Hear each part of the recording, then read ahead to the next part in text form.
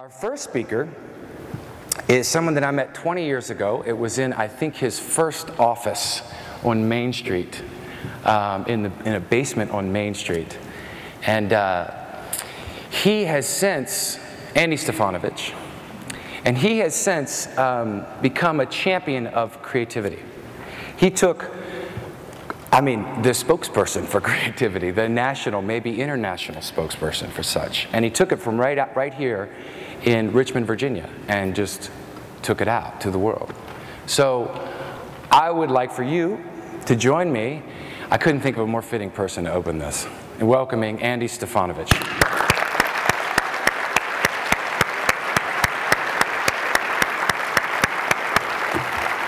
Yeah, how are you? Great to see you. Good to see you. Yeah, sure. And we haven't seen each other in 20 years, and I'm going to put Charles on the spot, but he used to be the front man of an amazing band 20 years ago in Shockoe Bottom called Zag Man Zig. Those stairs need to be replaced, I think, or keep them because it's disruptive. That's just perfect. So Charles is like, he is omnipresent in terms of his entertaining capability, and I want you to just ask him more about that throughout the day. He might have moved on from that past, but I just want to have him recall that amazing journey he took me on with a lot of beer in me 20 years ago in Shockoe Bottom, listening to him play music, because it was beautiful. Yeah. Hi. Hi. Welcome to Disrupt. So I need one volunteer really quick, just somebody just right there, you, in the red. I want you to walk behind this curtain and just walk behind that curtain. Pretend like you're a celebrity with that little runway of lights, and just pretend like you're going to the green room and you're a celebrity and it's all fancy and you're schmancy and fancy. There's 3 stores in Portland called Fancy Schmancy and Nancy. Isn't that cool? Important 3 stores all around each other. Are you gone? I'm gone. Are you really gone? Are you gone like, are you behind the door? Oh no. Yeah, no, leave. Leave, now really leave. The whole thing leave. Get out of the room. You out?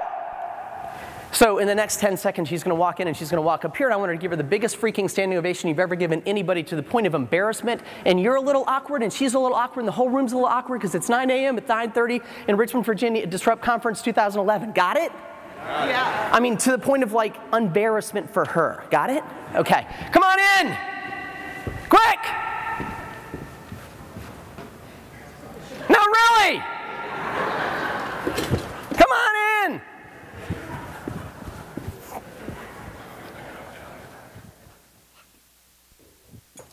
Come on in, come on in, come on, come on, come on. Come on, come on, come on, come on, come on, come on, come on, come on, come on. Come on, come on, come on, come on, come on, come on. Go on the stage, go, go, go, go, go, go. I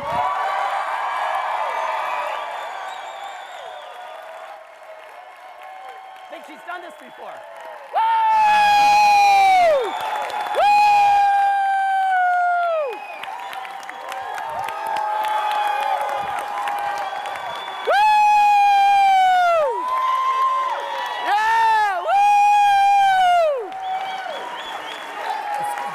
Step up.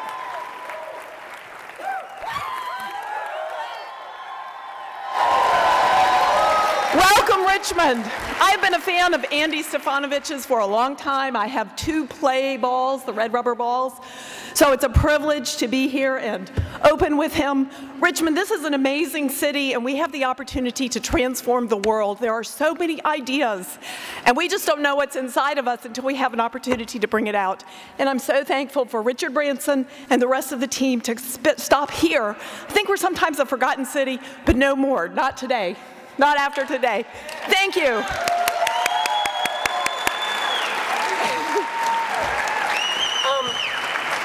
Linda, that was crazy good.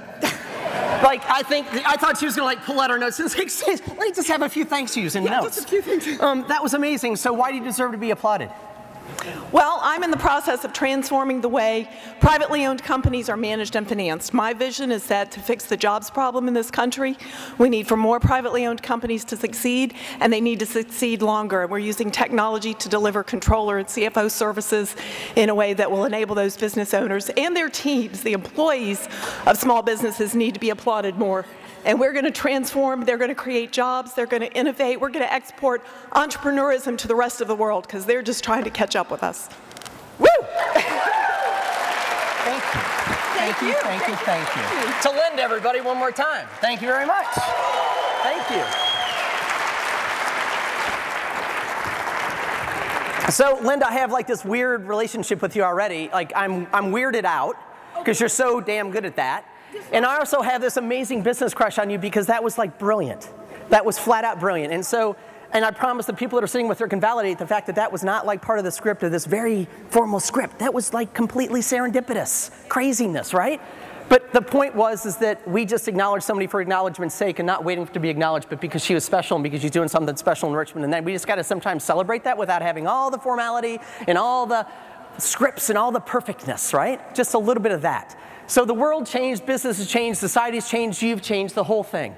And so what I want to do with you is just walk you through for about 30 minutes some thoughts. And these thoughts around the idea of disruption. And disruption is really amazing. And it's amazing because it's one of those things that we all want a little bit more of in our life, but we're all a little bit skeptical around and we're a little bit fearful of. But when we embrace the idea of disruption, we walk right into it headwind and we say, let's be a little bit more disruptive to our level of disruption. Like my wife's level of disruption is using a pen on crossword puzzles and not a pencil. Right? It's just subtle, really subtle. Jill, anybody know Jill in this room? That's Jill, right? Just subtle. She's subtle about that stuff. Me, disruption? I don't know. Different. But we make a good match. But I want to just walk with you down this kind of path around 3 access points of thinking about disruption. And so the first one is disruption by demand. And it's demand's really cool in the thought that it's one of those places that you, well, let me start with design. Design's better. So disruption by design. And it was disruption by design, and take note on these 3 access points, because these access points are the kind of the theme and the on-ramps of thinking about how you, when you think about the idea of disrupt, you're going to. And it's kind of one of those things, I want to be interesting. How do I be interesting? I want to be disruptive. How do I become disruptive? I want to be passionate and more passionate. How do I access these abstract, euphoric, kind of interesting concepts in terms of making them a part of who I am? So 3 access points for thinking about the idea of how to be more disruptive. Cool? Cool. So the first one is design, and sometimes we let life just happen to us, and it just kind of walks up to us, and it just kind of meets us, and we kind of take it for what it is, and we just kind of walk in, and there it is.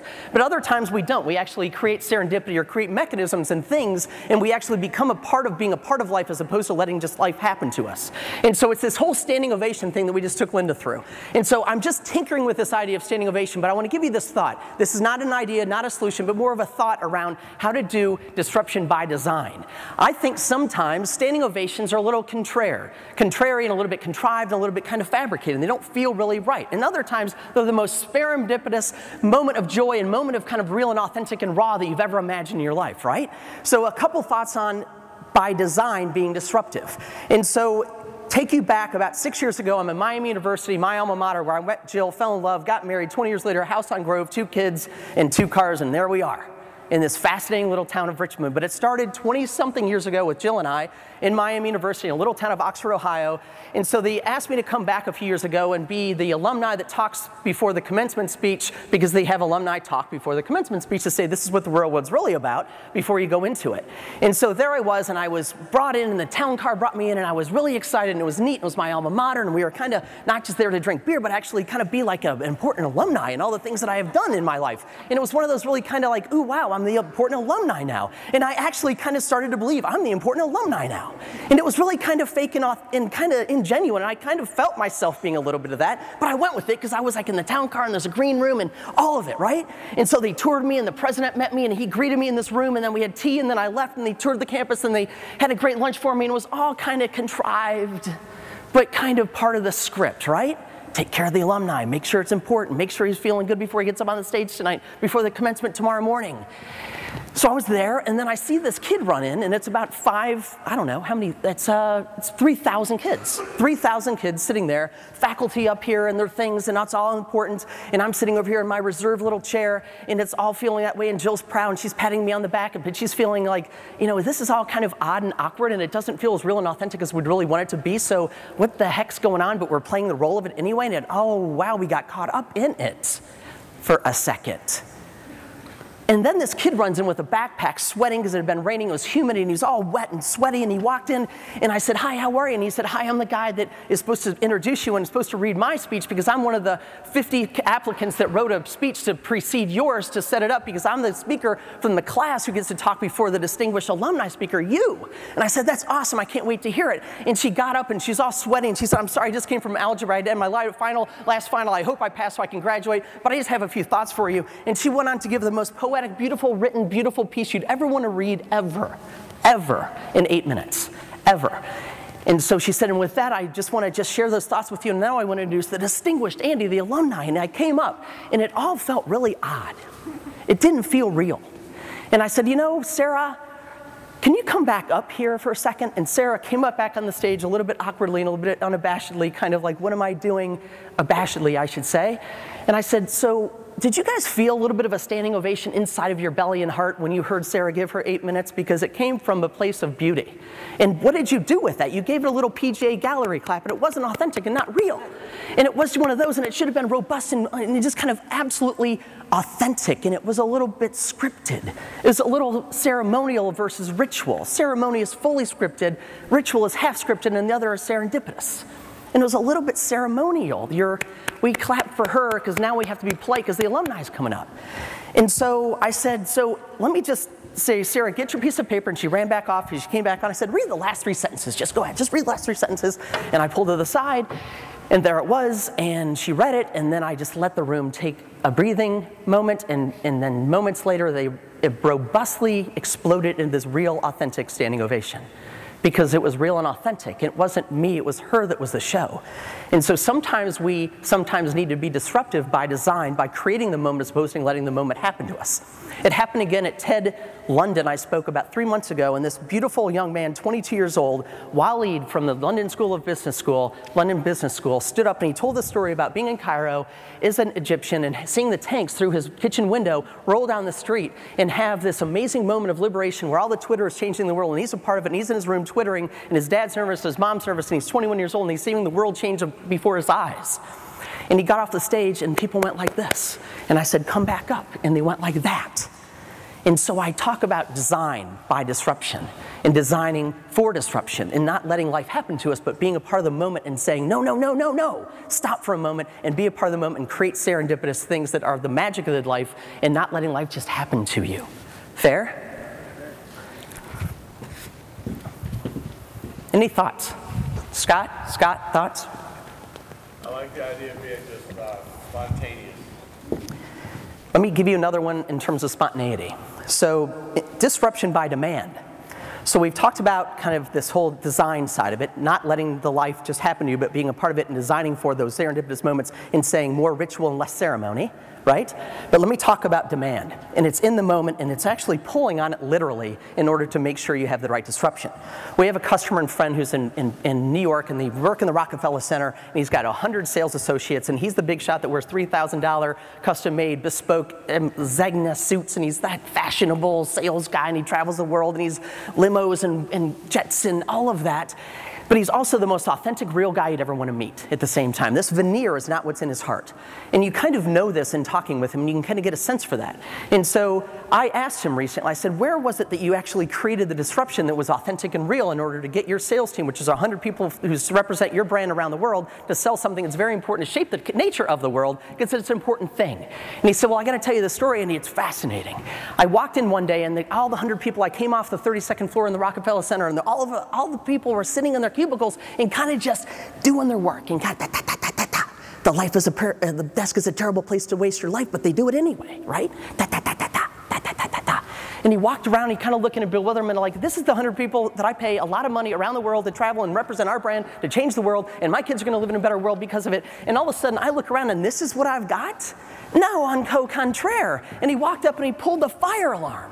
And when he pulled the fire alarm, not only did the fire alarm go off in an auditory way, but the water came out of the ceilings. And it wet all these 100 people because he pulled the water one and not the sound one. And all those 100 people in their very important $3,000 bespoke Zegna suits, men and women, were drenched.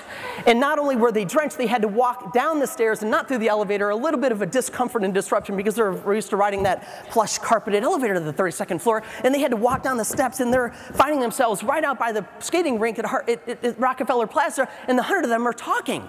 And they're actually talking. And they're talking about what you're working on, and I can't believe I'm like this, but isn't it funny? And you're vulnerable, and look at me, I'm silly, look at me, I look silly. And it's okay. And they had a conversation. And they had a real conversation about real things. And then he said to them as he walked up, he said, okay, everybody, here's $100, go have lunch in Four Tops, and come back in 2 hours, and this is all on the fly. This is all about him kind of doing this because on demand means in the moment, with a trigger of a pull or a fire alarm, I'm going to create the moment on demand. It's almost you have all this access and I say, I'm going to pull that trigger now, I'm going to pull this one or this one in order to be disruptive, in order to get the place I want to get, as opposed to letting life just happen to me. So he gave him $100 and they came back at 4 o'clock and he said, so what happened? They're still wet. Some of them were in J. Crew and Banana Republic outfits because they had bought them with $100 and ate corn dogs on the sidewalk, which actually made part of the story real and authentic. And these guys are all people that make 6 figures, big time 6 figures. And they're eating corn dogs and wearing Banana Republic. And it was awesome. And they had a real authentic conversation. And that's by demand. He said, not going to let it just happen by demand. I'm going to demand you have a conversation and get wet and go buy a corn dog on the street corner of 58th and 8th and be real and authentic and have a conversation with their peers and maybe grow the business and change the world for my kids. Yeah. By the way, he's got this plaque on his wall now that is a, what's it called when you get a ticket from the fire department? A citation. So it's a $30,000 citation from the New York Police Department, but he hangs it on the wall as a symbol for disruption by demand. And people get to refer to it and say, don't let it happen to you by virtue of it just happening, but be a part of the conversation. So some of you have heard this story before because I'm in Richmond and this is my home and I love it to death, by the way. Richmond rocks. And it's just a really, really good place. I want to share with you very quickly an anecdote I wanted to share at the end, but really quick. Peter Fraser, where are you? Peter? Peter right there. Peter, yell really quickly what happened, just what conversation we have out there in 30 seconds. Go. All right, so Andy says, hey, what are you doing here? Today I'm representing Richmond Cycling School. We're a small nonprofit. Yeah. Hard campaign. We believe in this opportunity, and I think we're in the money today. And we give an opportunity to kids in the hood in Richmond to get on a bike and see the world from a different place. Because you see the world differently from the seat of a bicycle. You really do. You have a tangible connection to your environment that nothing else can match. So let me share with you, 2 months ago, Phil over here from Tech Heads just stood all around Mantown. He called me and said, would you speak at Richmond Disrupt? I said, yeah, what's it about? And he said, Richard Branson's coming. We're going to talk about disruption and talk about children's charities and philanthropy. And I was like, yeah. And then Jill and I were in New York for the month, and I was kind of like, I don't know what's going on at this conference, and it's really confusing, but I came yesterday and started to see and visualize, and wow, it's going to be a bunch of people in a room around Richmond doing great things. And then I talked to Peter, and he made it real for me this morning. It was this big idea of Richard Branson, the celebrity, flying in for, a party tonight and kind of doing his thing and being amazing like he is around the world to change the world, and all that big, all the way down to the small of a bunch of kids having bikes to change the world in Richmond. And it's the big to the small, and it's those moments that we got to look for and see that they're happening every day all over Richmond, and that's why I love Richmond, because it's passionate about those small moments that make up the big. So this story is it's been around, but I got to share it really quick. This company owed us a lot of money years ago, $93,000 in 1993. My business with 3 people in that business that Charles talked about. It was in the middle, on the basement, the English basement of Crozet House, 100 East Main. There were 3 of us down there, my sister, Paige Brockwell, and Manuel Tembreza. 4 of us working, and they owed us $93,000, this big company on Park Avenue, and they hadn't paid, and I'd sent Western Telegram, sent nice letters, sent a letter from my friend, Jenner Block, my fraternity brother, who said, let me send it from a big law firm because that'll intimidate them, and the whole story, and we never got paid, and I called my brother, my father-in-law, and my dad, and I said, hey, I need money. I can't make payroll tomorrow because $93,000 is my salary for like 15 years and our cash flow for 100. And I can't make it tomorrow. So what do I do? And they said, oh, by the way, be creative. You speak about it, so go do it.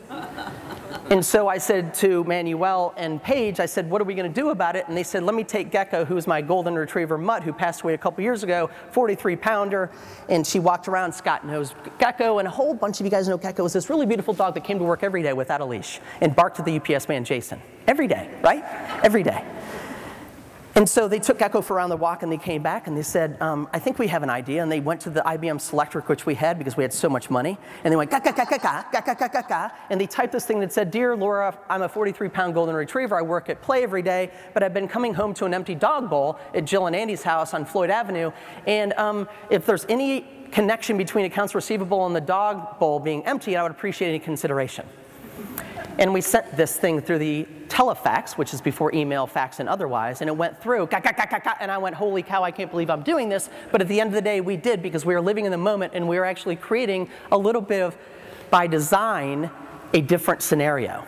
We are designing in our minds a different outcome and visualizing a different outcome. And we sent this thing through. And the next day, Jason, that UPS man that Gecko barks at, as I referred to a minute ago, walked in, threw the UPS across the table, and I opened up, and it was a $93,000 check and a dog bone for Gecko. And the story lives on because it's always about trying to do it in a beautifully designed manner. Don't let life be what it is just going to be in terms of happening to you. By demand or by design, create that. And this is by demand. We demanded a payment, and we asked for it, and we pulled on that trigger of try something different by a facsimile going through and saying something really odd and quirky and irreverent, and we got the results we wanted. So let me talk about the last one, and it's about delight.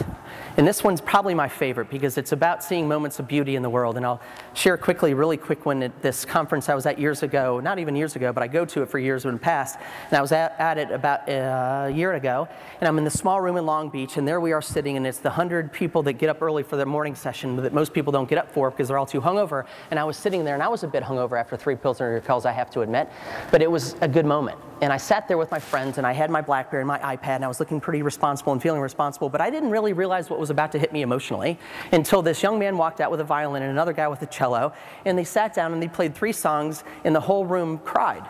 100 people welled up at some level in here, or by tear or by sobby blubbery. At some level, there was an emotion running through them. And the curator came out and said, tell me what that was all about. And they said, well, you know, we thought we'd play these great Bach and Beethoven vignettes, and we thought that we'd just kind of try something different. But we have to tell you that we have to recognize that the beauty was maybe not our skills, but maybe the instrument and the tool we were playing, because the cello is a 450-year-old Stradivarius worth $18 million. And the security man's right over there, and the Lloyd's of London insurance man's right off stage, and they're here because this is a valuable thing. But I got to tell you that we're playing beauty right now, and we're playing something so delightful and so honorable, and we have to appreciate all the people for hundreds of years that played this instrument before us, in the same song, by the way, that we have to play it with that level of intensity and intention. And they did, and I welled up and cried, and I left the room, and I had a hard time getting back to the session until about 2 o'clock that day, calling Jill and calling Bob Mooney and calling Mirandy Webb and calling my best friends and saying, I'm moved. I'm moved. I was delighted, and it disrupted me.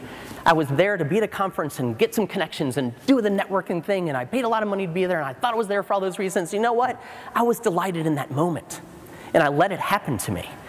It's disruption by delight and being wide aperture for those things that come in our way. Let me give you 2 more, and they relate very quickly around stories with my children, and some of you guys know Grace and Lottie, and they're just, you know, they're awesome. So, because they're my kids. And so if you have kids, they're awesome, and if you have dogs and cats, they're awesome, and you're the hero to all of them, right? And so at some level, at this level of 7-year-old twins, I'm still relevant to them.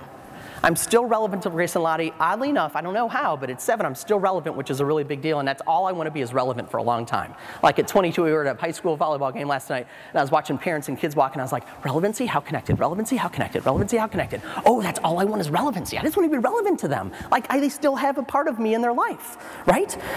So, we spend a month every year away in New York City because we believe in this idea of radical sabbaticals. And so we just got back the day before the hurricane, and radical sabbaticals are not PTO, not time off, not vacation, but it's about going in, inspiring, leading life, and living life like you actually know it should be spent. Having dinner together and walking in parks and playing on rocks and playing with sticks and sitting in Union Square at this place called Republic for 4 hours one afternoon when it was raining. Anyone know Republic, right in Union Square? And there we sat on those front bar stools, and the 4 of us sat there, and Jill had been doing some shopping. The girls and I had been running around looking at artists and skateboard punks in Union Square for about 3 hours, and then we met for dinner, and there was that good pad thai for about $7, which is a great deal in Manhattan. There we sat, and for 4 hours we played tourist or local.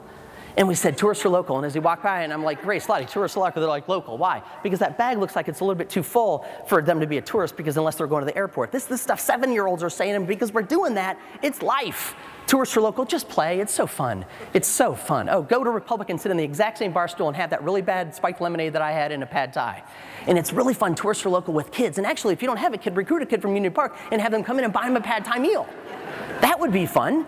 So there we were in New York, and all I wanted for the entire month, I told Bob Mooney this, my friend and mentor, I told Bob, I said, Bob, all I wanted was for me to be at one Yankees game, because we've gone to New York for 5 years, with my children and have a great time and buy them the Yankees cap and get the build correct and get there and take the picture and then take the picture and send it to Jill on her iPhone so wherever she's in Soho getting a mani-pedi, she can look at it and go, oh, I love my kids and it's so cute. I'm glad they're spending the day with their dad. And that's all I wanted. Like, that's all I wanted in 30 days. I like did all the dad sacrifices. It was shopping in American Girl doll and like it was crazy, over the top. And I had all the sacrifices and all I wanted was one moment, one day with my girls, and so I got it.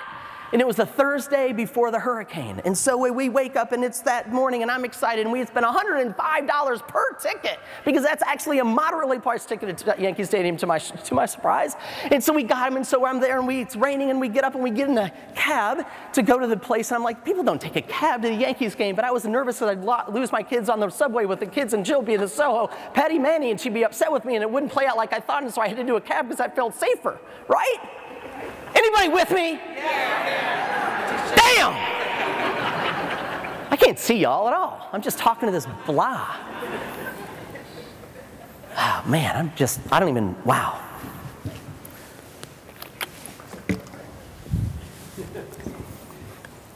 So we get there, and I take a picture of him from a Yankee Stadium. We go in and we get the Dylan's candy, and we got the cotton candy, and we got all the things that Daddy's supposed to do, and Mommy says you treat him like a babysitter.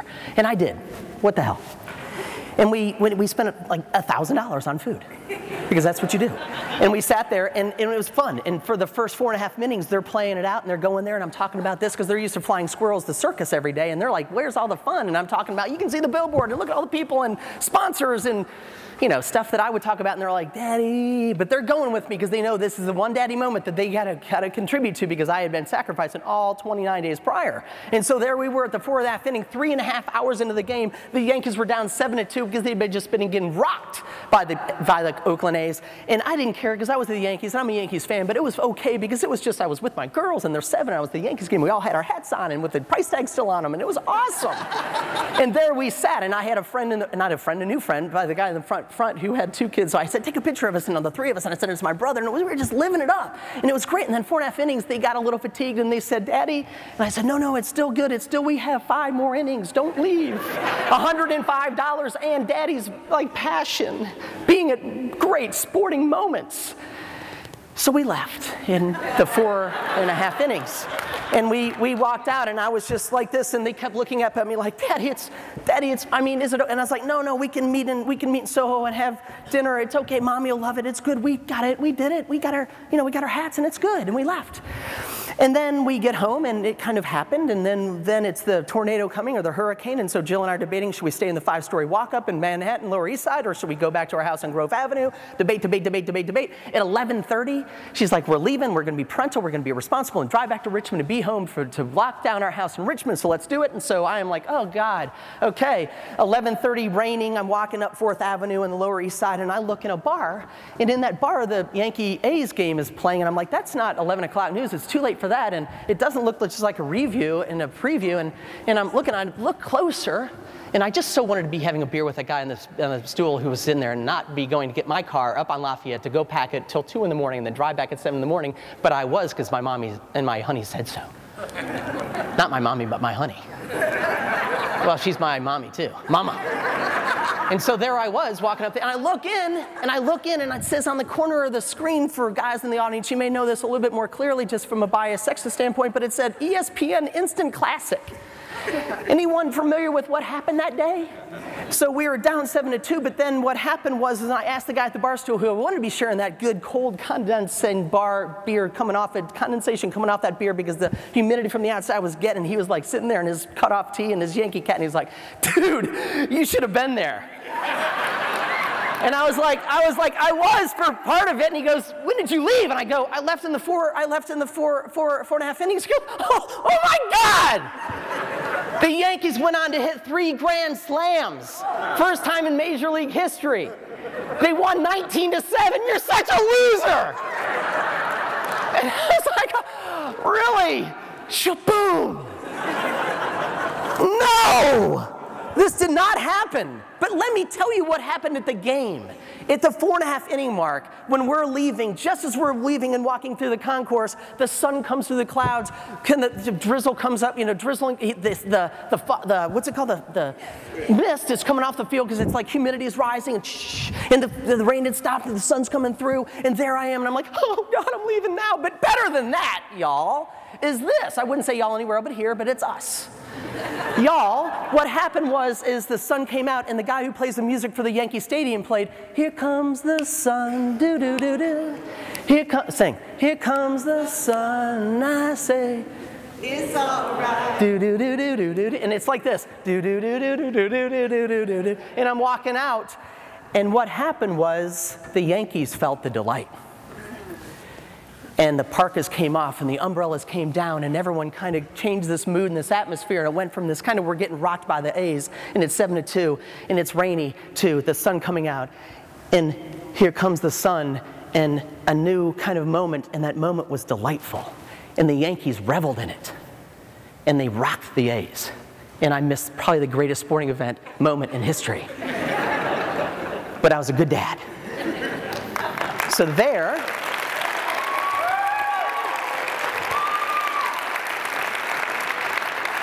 I've never shared that story in front of an audience. Sarah, why did you clap? Was it the being the good dad, or just because I'm a dumbass? Because I know your wife, and I only imagine how you felt when you arrived at her bathroom. Oh, no. When we got home that night, when I came back from getting the car from Lafayette Avenue, and I walked up the 5 flights of stories and just wet and drenched from the rain and the being pissed, humidity, anxiety, I came up, and the first thing I said to Jill while she's sitting on that beautiful red couch, looking through all the stuff that we need to do and pack and clean, if we'd have had boys, I would have seen a moment.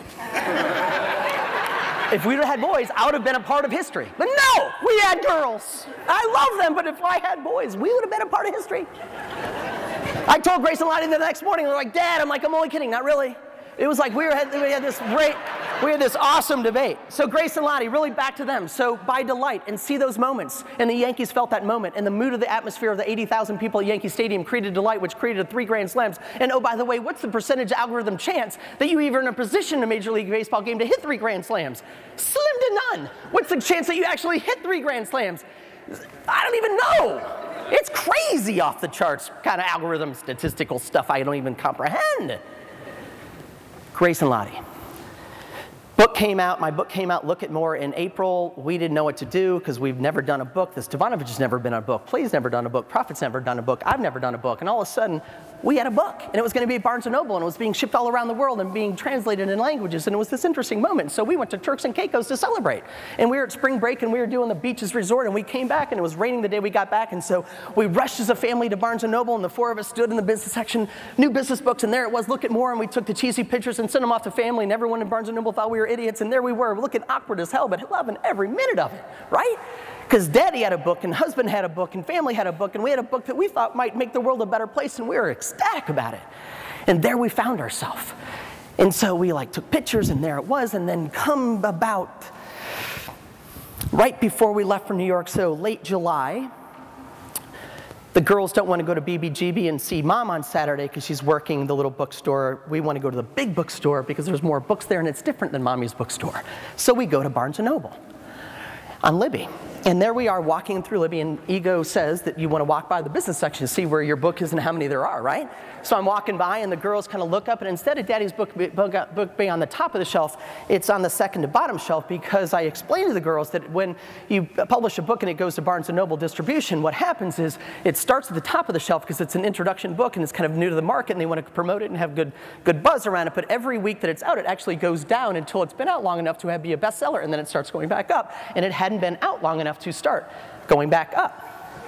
And so it was on the second to bottom shelf, and we walked by, and I was like explaining this to the girls and trying to make logic, and they're comprehending, and actually they're comprehending, as we all know, a lot more than you imagine they're not comprehending. And we go back and we sit and read a little bit of Mo Willems and a little bit of, oh, Mo Willems, please buy Mo Willems, please buy Mo Willems and the Piggy and the Elephant series. Seriously. From any bookstore in the world, whether it's BBGB, Barnes & Noble, or online at Amazon, go buy the whole Mo Willems Piggy and Elephant book series and just carry them in your briefcase and laugh daily, all day. And give them to people on planes that look like they're pissed off. It's really funny. Just you might enjoy this. And so we're there reading, and we read for an hour, and then on the way out, I'm imagining not walking by the business section because I know where my book is. Shit! Because it hadn't had time to go back up. But the girls start to give me a little bit of a tug towards the business section. And unspoken, and not having talked about this topic at all while we were reading Piggy and Elephant Books by Mo Willems in the kids section on Libyan Grove, we walked by the business section, and without any language, the two girls, and they're two little things about this big, and they look a lot alike, and if you don't know them, you can imagine two little kids about this big, and one of them steps up, Lottie steps up on the shelf, and she grabs Daddy's books, and she takes them, and there's 5 of them, and she puts them up on the top, and she takes Dan Pink's book, Drive, which you all must buy, who's a very close friend, and he is a world-class bestseller, probably the most prolific author, writer right now in the world from a business perspective. She takes Dan's books and puts them where Daddy's were.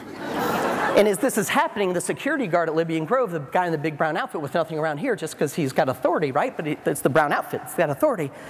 And he walks by and he goes, you know what? I know there's something going on over there with some little girls, but you know what? I'm okay with it.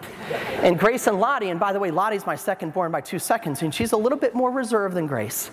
They play the first second born thing perfectly. Lottie's a little bit more, Grace is my hero, Grace is a little bit more of the vocals, she represents him and talks for him, but Lottie was the one who stepped up on the thing. Grace took her hand and held Lottie back this way so she wouldn't hold. I'm standing 8 feet away watching.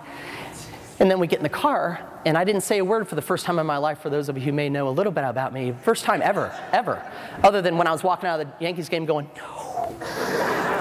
And we walked out, and we got in my car, and we were halfway down Broad Street, and I couldn't help it anymore, and I took my rearview mirror, and I went, so that thing with the bookstore, like, you guys, and I flashed over to Lottie, who's on the passenger side, and Lottie goes, well, Daddy, you're my daddy. And I flashed over to Grace, and she went, and it was delightful. And it was delightful. And there are moments of delight in your life that can disrupt your norm like you can never, ever fabricate or engineer or think are a part of the script. Ever. Find, accelerate, curate, and be a part of those moments. And so find those moments when the Yankees, here comes the sun, and revel in that moment of that liminal, delicate, exquisite tension of that moment of delight, and make it a part of your fabric. And weave them in and fabricate them, talk about them, curate them, engineer them to be a part of our life, because delight can disrupt, and so can demand, and so can design. They are ways through the idea of disruption. The world's full of wicked business challenges right now, and just business challenges generally. The world is in an interesting spot, right? Just an interesting spot. And we're really lucky to be a part of this interesting moment in time in the course of history, just like everybody has, but I think ours might be a little bit special. Or at least I want to say it is. And these challenges are made up by a few characteristics. One of them is that someone will address the issue. Someone out there in this world, and probably not the person you think it is, or the second most likely, or the third, or fourth, or fifth. It's the kid way out in Chennai, India, who's talking to a friend right now on Skype in Dubai, and they're thinking about it, and that's where the wicked issue is being addressed, because somebody will. Number 2 is whatever solve you think is an important one or appropriate one for that challenge, it's going to get organ rejected. The traditional, most obvious solve will get organ rejected in today's world. It's just not the way the world's working. It can't be the common answer. It has to be the more non-traditional one, because the world's working in non-traditional ways. The third one is it's a leadership moment for you.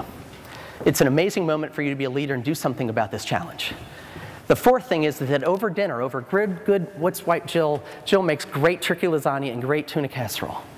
And it's sitting there with family and friends. We were with Ed Trask and Eleanor and Kelly and Loudon the other day, and we sat and talked about our dreams. And Ed Trask's dream of building a hostel in Richmond and having the creative community convene here and bringing great graffiti artists from around the world and making the world a better place. And it's his dream to address this challenge of making Richmond a better place through art. And he's achieved in a lot of ways, but he's not nearly done. And we sat over a meal in our backyard with mosquitoes biting us to death and talked about his dream, because you will talk about this challenge with your friends and family.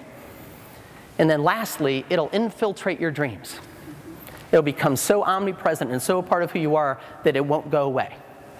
I dream every night about the stuff that I believe in. What matters, my children, my family, my faith, my dad, my companies, my friends, my beliefs around making the world a better place and what matters, and I dream about it. So I just wrote down, and I was thinking about this last night, I just wrote a toast to addressing our wicked challenges. in this case, raising money for really, really important people in this world, kids, with some disruptive dreams. And the other part I wrote down, and this was just a thought this morning, is I'm a little bit anxious and a little bit pissy. And my family would tell you that I'd get a little pissy, and when Andy creates, he goes like this, and he goes, God, yeah, come on. And Christy Lane has seen it when we designed our house, and it's been like, come, Christy, no, right, Christy? Yeah, you get a little pissed off to create, and I'm a little anxious sometimes, and that's okay. That's okay, because what I'm anxious about in this moment is the fact that I think some other community may be actually doing the vision and the dreams of what Richmond is thinking about, and they're actually doing it, and we're talking about it. But today actually proves me wrong. For wherever we go with today, Richmond Cycle Corp or otherwise, we have been really successful, and credit goes to Phil and the team at this Disrupt conference and all that makes this thing, because I'm not as anxious after a day like today. And it's good to know. So, yeah, if you want.